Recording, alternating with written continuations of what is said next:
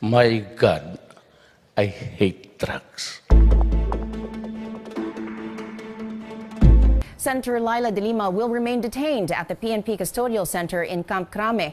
That's after the Supreme Court has denied with finality her petition to junk drug cases against her. The court earlier dismissed de Lima's petition in October last year due to lack of merit.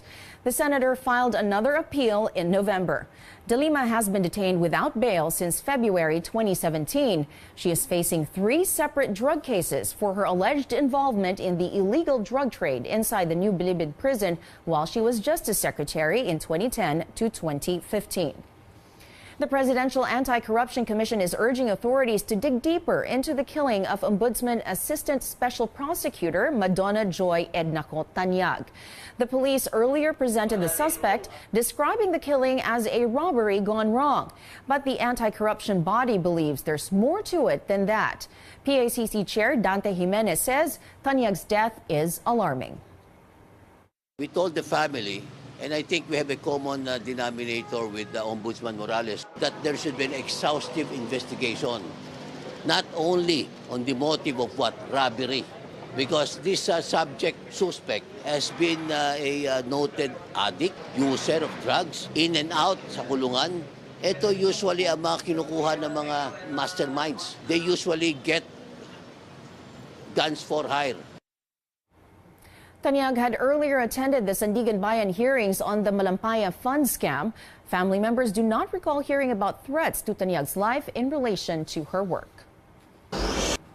Meanwhile, the back and forth continues. Again, our top story, the back and forth continues between former TV host Kris Aquino and Communications Assistant Secretary Mocha. And that word war is gaining a lot of attention online. The spat began when Uson dragged Aquino's late father to defend the kissing controversy of President Duterte with a Filipina in South Korea. Uson reposted an old video of former Senator Ninoy Aquino kissed by female supporters inside the airplane moments before he was assassinated in 1983. Special Assistant to the President Bongo says President Duterte has apologized to Kris Aquino and that Uson herself will apologize.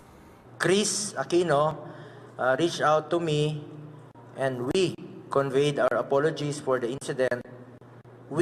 Ibig sabihin, kami po ni Pangulong Duterte, we understand the emotions of both sides since both leaders, I'm referring to President Duterte and former Senator Benigno Aquino, are well respected and loved.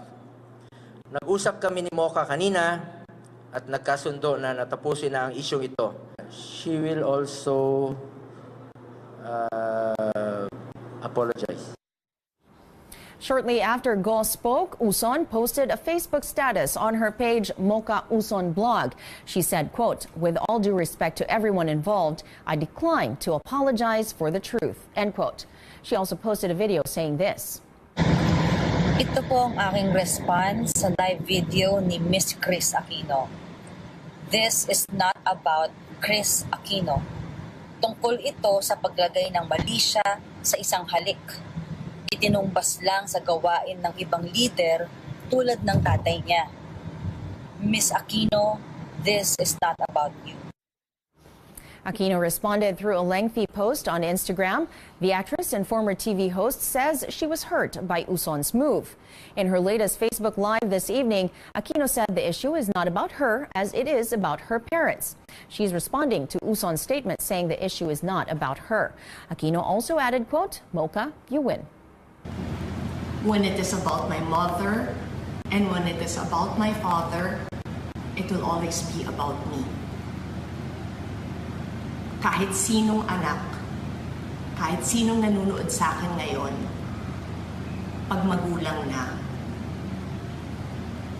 hate man nila ako, sabihin man nila na there she goes again. But I think lahat mag-a-agree sa akin. Dahil tayo, kahit anuman ang kulay natin, mahal natin ang mga magulang natin. Mocha, you win.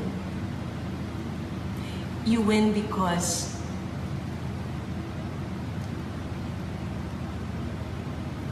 You hurt me.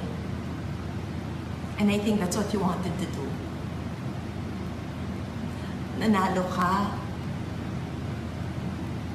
dahil patuloy mong inapak-apakan ang pagkatao, ang alaala ng dalawang tao na pinakamamahal ko. Both Go and Uson refused to give further comments when asked late in the afternoon. Netizens are still talking about the online spat between Aquino and Uson. Radio DJ Mo Twister admits that while he is not a fan of Aquino, he says she has earned his respect for the way she responded to Uson. But this Facebook user says that Aquino is just making a scene because of her waning popularity. On Twitter, this netizen jokes that Mocha Uson versus Kris Aquino is more entertaining than the NBA Finals showdown between the Warriors and the Cavs.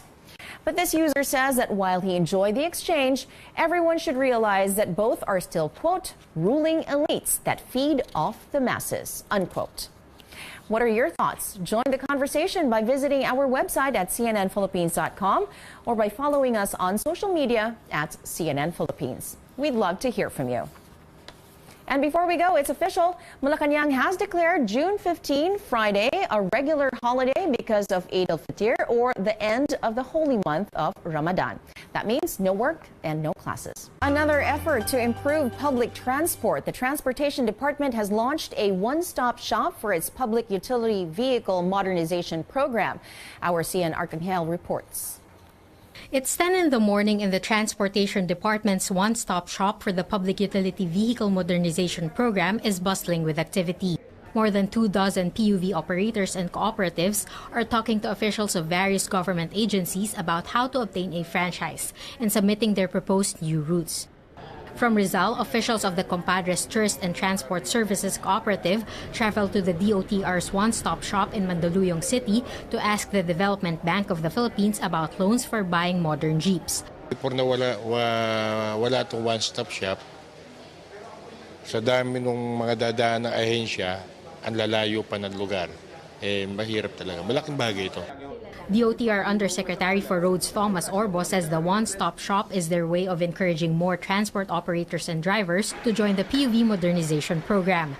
By putting government agencies such as DBP, DOTR, and Land Transportation Franchising and Regulatory Board in one place, Orbo says operators and cooperatives will have an easier time upgrading their fleet.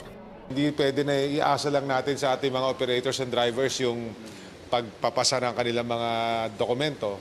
Dapat nasa amin din sa gobyerno na tumulong. Yung gustong sumanib sa modernisasyon, tulong kami. Yung mga gustong maging legal na kolorum, tutulong kami. As long as mag-comply sila sa Omnibus Franchising Guidelines. But Orbos clarifies the one-stop shop cannot issue franchises or approved routes to transport operators and cooperatives in a single day. Orbos adds individual transport operators should join a cooperative because LTFRB consolidates the issuance of a franchise or certificate of public convenience. Yun naman ng mga talagang rota na talagang ginagamit na, dumadaan ho yan sa pag-aaral kasi tinitignan ho namin kung ilan talaga ang kailangan na sasakyan doon, depende sa passenger demand. Harina knows they will have to return to the one-stop shop 3 or more times to know if their proposed routes and loans have been approved.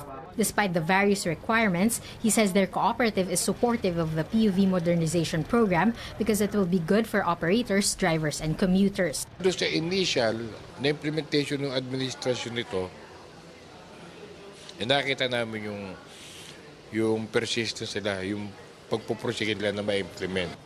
Orbo says commuters will start seeing the modern jeepneys on the road in Metro Manila starting the end of the month. He says they are rushing the rollout of the modern jeepneys in time for President Rodrigo Duterte's third State of the Nation address on July 23. The DOTR's one-stop shop for PUV modernization program will be open on June 14, 22, and 29 and all Fridays of July. CN Arcangel, CNN Philippines. Lawmakers question the Transportation Department why it stopped the Bus Rapid Transit System, or the BRT. The BRT is a high-quality public transport system that is similar to a light rail or metro rail system. It has dedicated lanes, busways, and stops. The BRT will have 3 lines, one on Quezon Avenue, another on EDSA, and a separate system in Cebu City. During a hearing on the matter, the Finance Department says Transportation Secretary Arthur Tugade wrote to the National Economic and Development Authority in December last year, saying his agency is withdrawing the BRT. In another letter sent on May 28, Tugade said he favors instead a proposed railway project. However, when pressed by lawmakers, Transportation Assistant Secretary Arturo Fabiliar says the BRT remains a project in the pipeline and they are waiting for the results of a NEDA study about it. The project's suspension did not sit well with lawmakers since Congress approved more than 10 billion pesos for the BRT this year. You're asking the people to sacrifice and suffer right now. You went to Congress last time, you asked this project to have it funded, you justified it, and we were convinced, and Congress acted on your response. That was why it is part of the GAA. Then now you are asking us to, you have decided to shelf it for the reason we still do not know. It is considering other options that was being made as the reason, and also for reasons like narrow roads, delayed implementation, something like that are also mentioned. To help address traffic congestion in Metro Manila, lawmakers urged the Metro Manila Development Authority to continue the BRT project.